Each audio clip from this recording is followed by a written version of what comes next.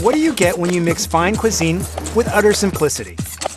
On today's menu, in Vietnam, subtle and varied flavors are often achieved in the simplest of ways. I love seafood, especially when we come to Ha Long Bay. It's really fresh. An inside look at a remote floating village in the waters of Ha Long Bay. Their sea lakes are so well developed, they often claim to have a hard time balancing on solid ground. A whirlwind tour of Hanoi with a caffeine buzz. We took the French coffee and Vietnamized it and make it our own. Rice paper from Tay Ninh that softens in the morning dew. Mrs. Nam been making rice paper for at least 35 years now. The food of kings from Ho Chi Minh City's famous Rex Hotel.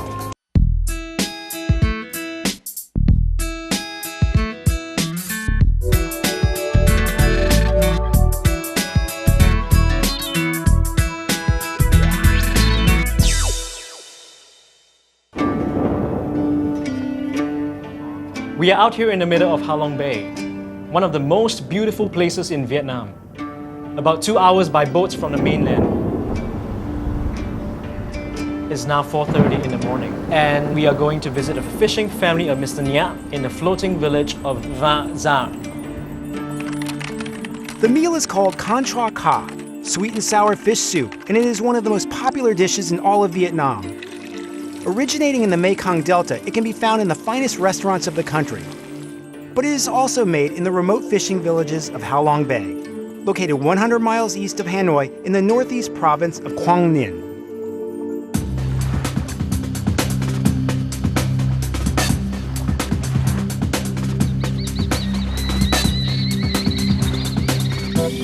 There are 4 main fishing villages in Ha Long Bay. And with a population of around 700, Viet Nam is the largest and one of the most remote.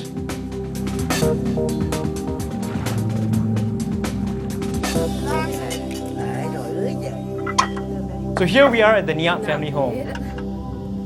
The whole family has lived here for at least 3 generations. This is Mr. Nhiat's parents, his wife, daughter, grandchildren, and various in-laws. This dish is called Can Chua Ca. It's a sweet and sour fish soup that is very popular in Vietnam.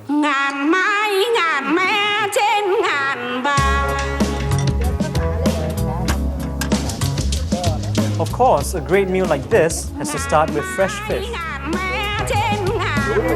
Mr. Nhiat wakes up around 4:30 to start fishing at 5 o'clock.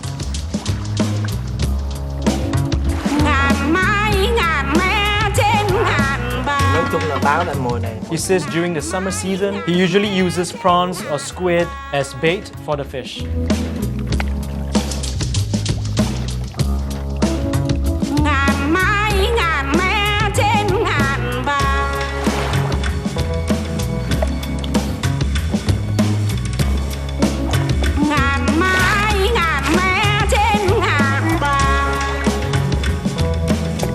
At the bottom of the boat, there is a trough of water where he can place the fish to keep them alive. On any given day, he'll catch snapper, groupers, tuna, vokfish, which is a sea bass.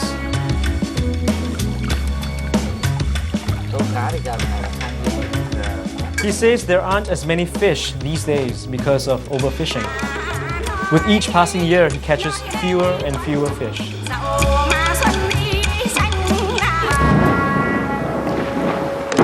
The weather changes constantly.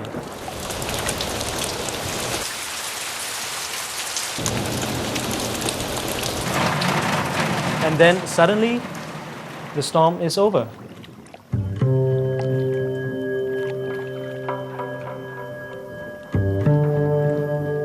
These people have lived their entire lives in these floating villages. Their sea lakes are so well developed, they often claim to have a hard time balancing on solid ground.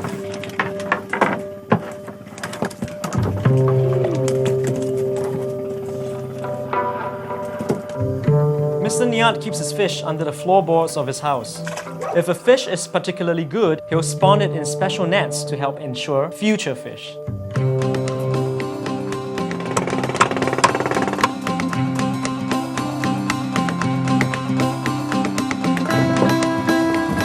This tool she's using is a 50-year-old knife. Really old, but still useful. The daughter cooks, but the whole family contributes on a regular basis, even the grandparents. Đi gần đây thôi, già rồi không đi đâu, có con rồi đó. Già rồi gì vậy? The grandmother says that before the war, as a fashion statement, the women would dye their teeth black. They thought it looked really cool. Học bằng bạn. Không.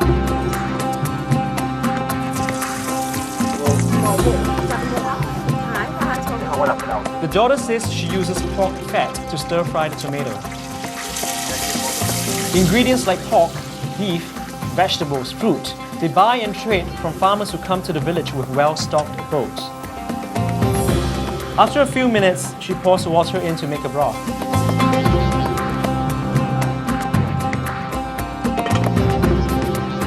Once the water boils, she smashes the zao fruit to make the flavor sour. And then she adds the fish, a little bit of salt. At the end, she put the spring onion on the top to make it look beautiful.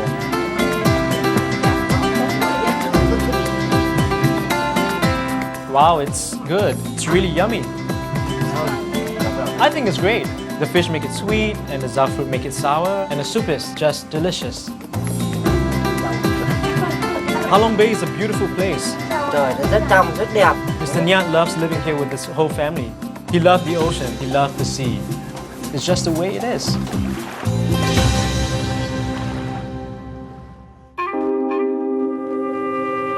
The biggest city in the north is Hanoi, which is the capital city of the country.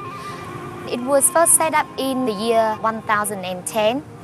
The first king of the Lee dynasty in Vietnam, in one of his dreams, saw a dragon soaring up into the sky from this area, and he thinks it's a good omen. So in 2010, we're celebrating the city's 1000th birthday. It's gonna be a huge celebration. My name is Ha, which means river, and we are in Hanoi, which literally means a city on the river. Vietnam has become the world's second largest coffee producer after Brazil. And Hanoi, once the capital of French Indochina, has transformed the French coffee culture into a distinctly Asian experience. Pham Ha takes us on a caffeine-buzzed tour of Hanoi's busy streets via its many coffee houses. Vietnam was one of many French colonies, so you can see the French influence all over the country, and especially in Hanoi.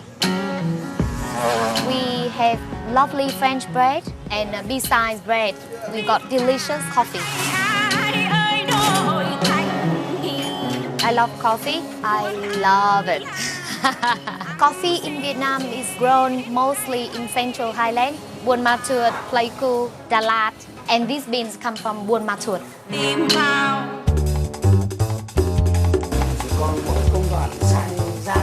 After the roasting process, he pour the hot coffee beans into bamboo baskets like this. He do it in front of the fan, so that's how they separate the husk and the beans. When he put the beans inside the roaster, the color is light yellow, but after they cook, the color turns a beautiful, rich, dark brown. The taste is crunchy, warm. I don't think it's that bitter actually. Bittersweet. Beautiful. The most popular means of transport in Hanoi is the motorbike. The traffic is like, what is the word? Organized chaos. Organized chaos. For Asia in general, tea is still more popular, but coffee is becoming more and more popular, definitely. Generally, Vietnamese think that Western coffee is too weak. Vietnamese coffee will give you a stronger kick.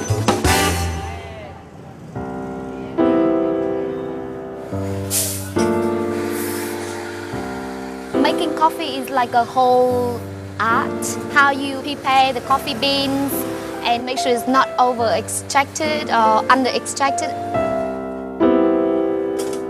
So when she pour the water in, they go through the filter, and this is what comes out. Pure coffee, very, very strong. It's beautiful, just beautiful. Chị ơi, cho em một cà phê sữa đá.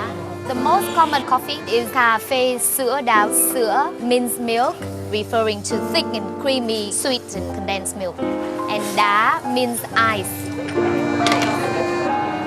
This is Vietnamese coffee. Just stir it up. The milk sticks to the bottom. Very rich, very creamy. Yummy. Love it. The Vietnamese, if you gave them a glass of fresh milk, like Western people normally drink, they will say, oh, I don't like that. But when they turn it into condensed milk, it makes it more sweet, then the Vietnamese like it better.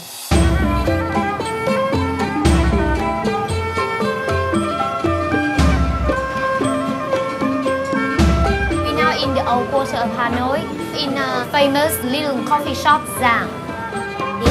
Cái quán cà phê này của chú là đó.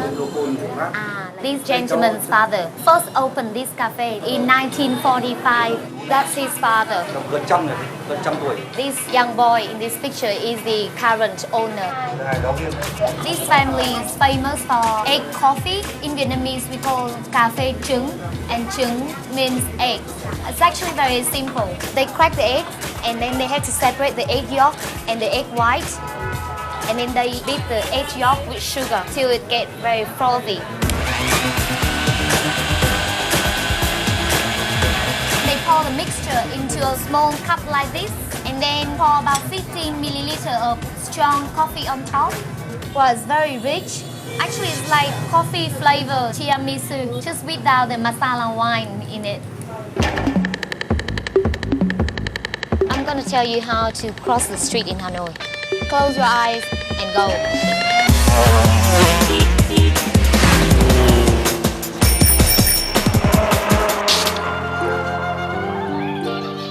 Weasel coffee, there's a legend. The weasel, they love to eat coffee fruit.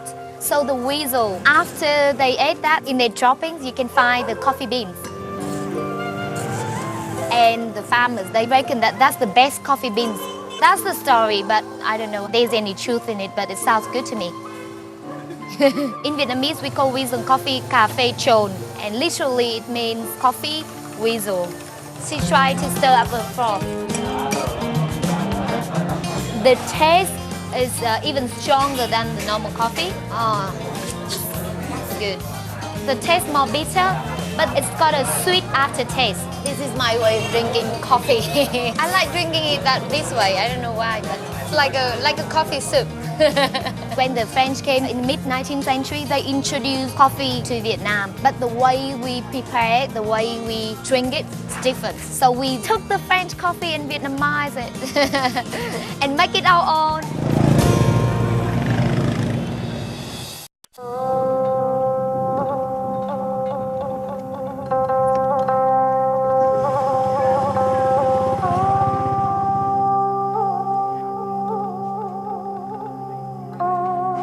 Tây Ninh province has been making rice paper since the beginning of 20th century. The family has lived in Tây Ninh for 3 generations, since the time of the eldest person's grandfather. Đoan vừa nói đi, không sao đâu, mọi người ăn đi. Cháu...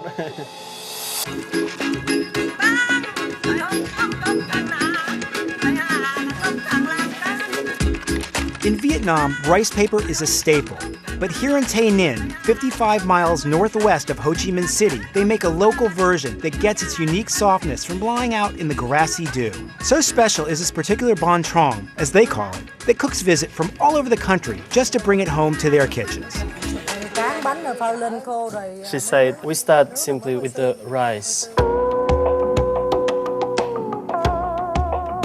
She grind it to get really, really nice flour and then mix it in water.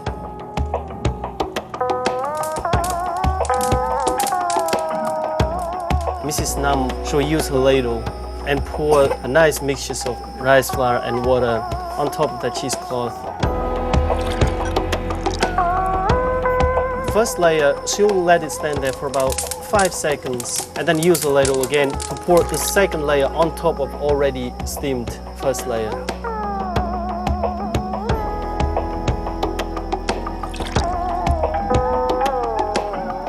Mrs. Nam gently roll the rice papers on the homemade rolling pin made of bamboo.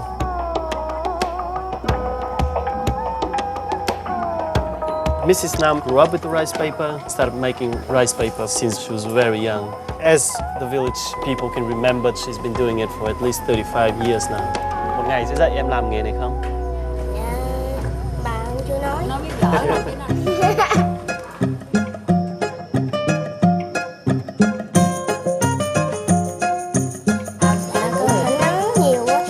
She said that during the really nice sunshine weather, she'll dry it on the sun for about 1 to 2 hours. Dạ không, mà con không biết nữa, tại mất cái dừng lại.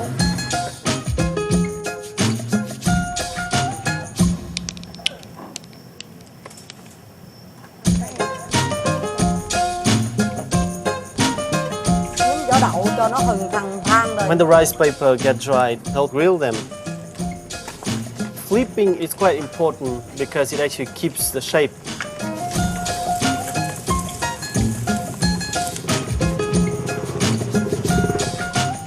Then you're waiting for it to go from translucent to white.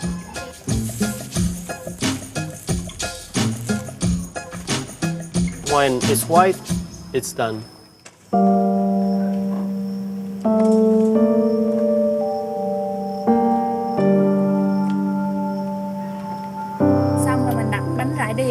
The most important feature that makes this rice paper unique is after grilling, what the family does is spread them evenly on the net. Placed just above the grass, it will absorb the evening dew and the smell of the grass itself.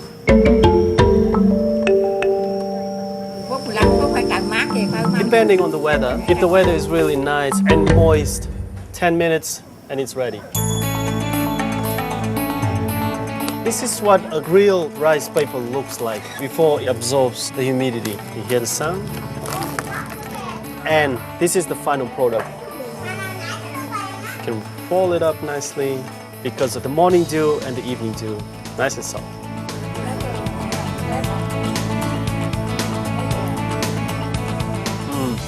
Yummy.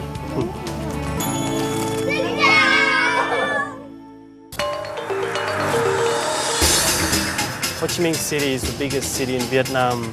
Before the American War, it was called Saigon. Our leader Ho Chi Minh, before he died in 1969, he had one wish, that Saigon would be liberated.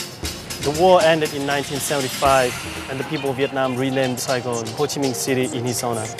We're here at Rex Royal Court Restaurant in the famous Rex Hotel in the middle of Saigon. Like Hanoi in the north, Ho Chi Minh City in the south offers authentic cuisine from many of the country's provinces. One such cuisine is that of the Royal Court of Wei, established during the Nguyen Dynasty in the central part of the country. Imperial cuisine is often represented as lavish dishes made from peacocks or phoenixes. But the truth is, royal cookery requires skilled and careful presentation, not ostentation. At the Rex Hotel, Executive Chef Tran makes the imperial fish roll, which she learned from one of the last remaining royal chefs of Wei. Plainly, royal cuisine means the forbidden food served in imperial palace for the king. Normal people wouldn't be allowed to eat or cook that kind of food. We started off with freshwater catfish, skinless, has to be skinless. Xương ra khỏi. Royal cuisine has to be beautiful. It has to be eaten not only with your mouth, but also with your eyes, with your heart.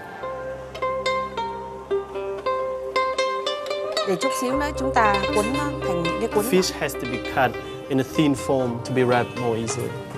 And we're starting with the marinating the fish. Sau khi các bạn thấm. Try to mix it gently so we don't crush the fish.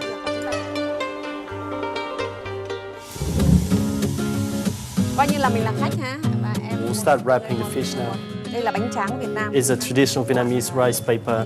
The Royal Court cuisine dates back to the Nguyen Dynasty, 1802 to 1945. The Nguyen Dynasty decided to establish a capital city in Hue, right in the middle of Vietnam. They were French ruled till Ho Chi Minh organized a whole democratic election in the country and started to wage war against French. That's when Nguyen Dynasty came to an end.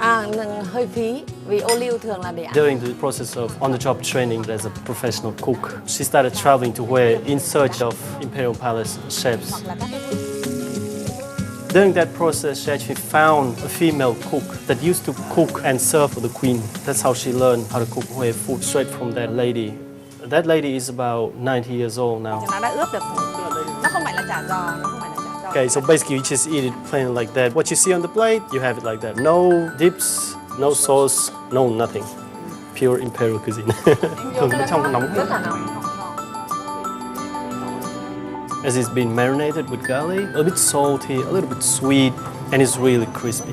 You can feel it in your mouth. Cái này em nghĩ cũng không cần chấm thêm, bởi vì ăn vô á thì cái mùi vị nó rất là ngon rồi. And now the recipe for the royal imperial cuisine is not secretive anymore. It's been passed around to the population and everybody can eat it. Ông cụ là nhớ được. Theo đúng mà cái ông cuội này thì cũng như con tôi đã nói. In Vietnam, there is a story that has been passed down from generation to generation about King Hùng the 17th. He was growing old and weary and wanted to pass his kingdom on to one of his many sons. So to each of them he said, "Go and find me something to enjoy, and the son who pleases me the most will win my crown." Of course, the sons came home with gold and jewels and artifacts from foreign lands, and the king was impressed. But his youngest son, Linh Lang, surprised him. In his hand was a simple square rice cake wrapped in a banana leaf and stuffed with pork and beans. "What is this?" demanded the king. "Father, it is our land from which grows our rice, our trees from which spring leaves, our animals and our agriculture stuffed within.